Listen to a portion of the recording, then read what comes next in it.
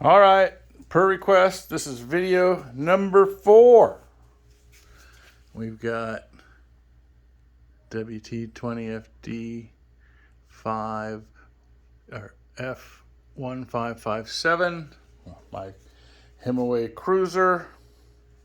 I replaced the controller that was sent to me.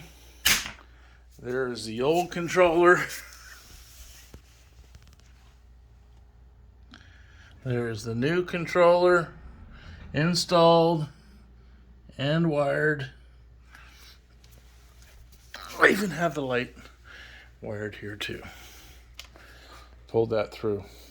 So, testing. Power on. Controller controls. And if I hit the gas, or hit the throttle, I mean. Hold on a second. Switch hands. And I get the same problem. That same whine. Just like I showed you in the last video. Jeez. Along with an error 24. I'll do it again so you can see the error 24. There's that whine.